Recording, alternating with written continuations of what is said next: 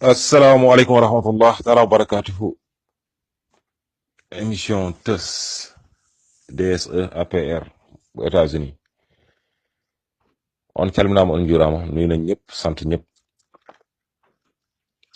Kii Cheikh Tall la tudd mi haalay wolof tan jaafoɗon ɗon fulɓe ɓe mi haalay wolof tan mataw yimɓe fof nana ko kalami ko. waaw kon ma làkk si kàllaama wolof comme ça ñi ñëpp mën a comprendre li may wax li Cheikh Tall laa tudd bi ñu installé fii section section bu Cincinnati wala APR bu Cincinnati en 2010 man lañ fi faloon coordinateur.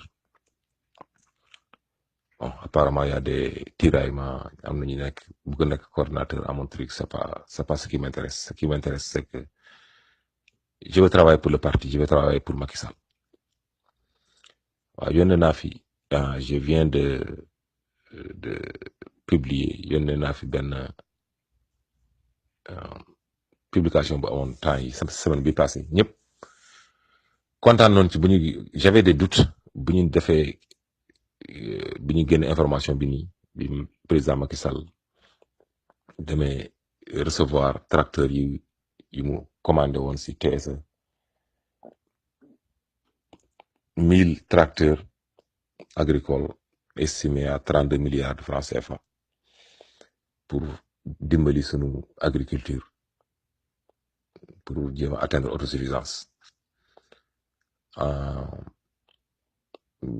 kontaan naa na ci annonce bi mais amoon naa ci ay doutes. Apparemment quelqu'un d'autre a eu des doutes.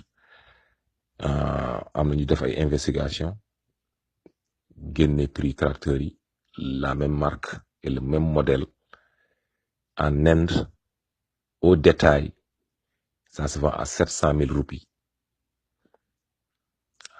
à travers l'Inde.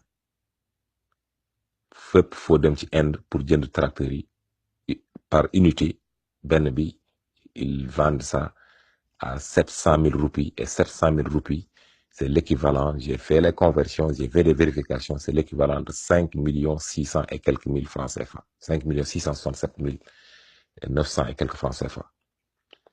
Des tracteurs qui sont facturés au gouvernement sénégalais à 32 millions l'unité.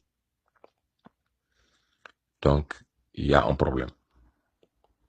J'aime bien le parti, j'aime bien Macky Sall, je pense bien que bëgg na réew mi, que bëgg na gérer Sénégal, mais bu dee lii c'est vérifié et qu'il est au courant de cela du ma ànd ak Macky Sall ba àdduna di jeex parce que man gis naa Macky Sall mais yàlla laa gën a gis dëgg laa gën a gis.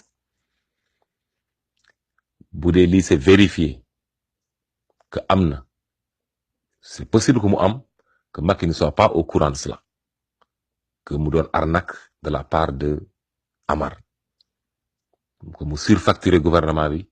Donc il faut une action du gouvernement rapidement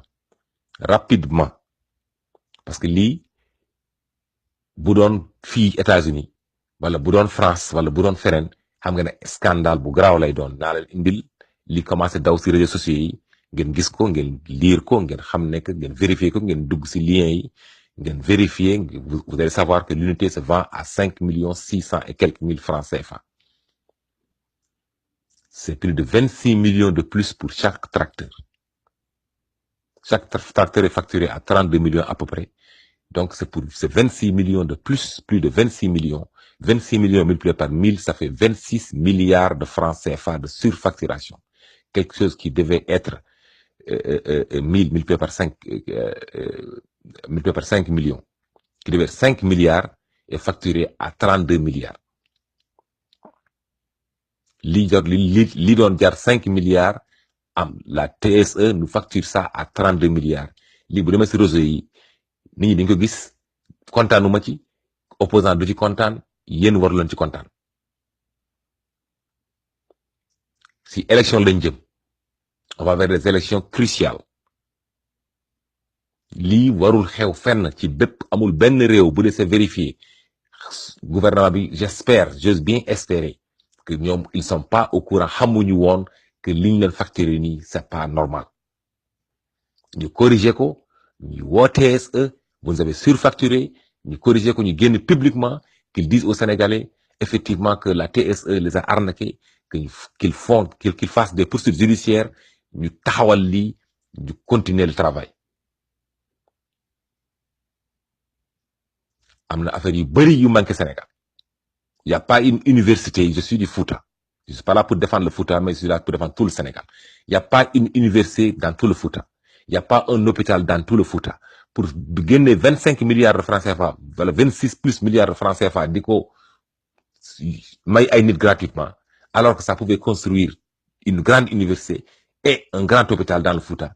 Wala mëna defar leneen à Tamba, wala mëna defar leneen à Dakar, wala mëna caser ñeneen gosse à truc, wala mëna fay des salariés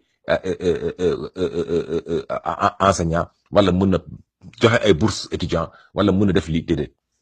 Duma bokk ci parti boobu ba muy jeex. Maa ngi jégalu bu baax. Ñëw ma fi pour chanter Macky Sall, rek bu ko chanter dans qu'il pleuve ou qu'il vente. Bu jaaralee normal, ñu defar réew mi normal, mu won ñu ay affaire comment on appelle ça, comment on appelle ça, maale, ñu am espoir, ñu gis lu je perds mon français, je perds mon wolof. En tout cas, bëgg nañ gis affaire bu ñuy won ni que lii du am Sénégal te du fi am ba àdduna di jeex. On ne peut pas surfacturer des gens comme ça muy jàll. Maa ngi jégalu bu baax a baax. Je suis derrière Macky Sall à condition. Je suis derrière le parti à condition.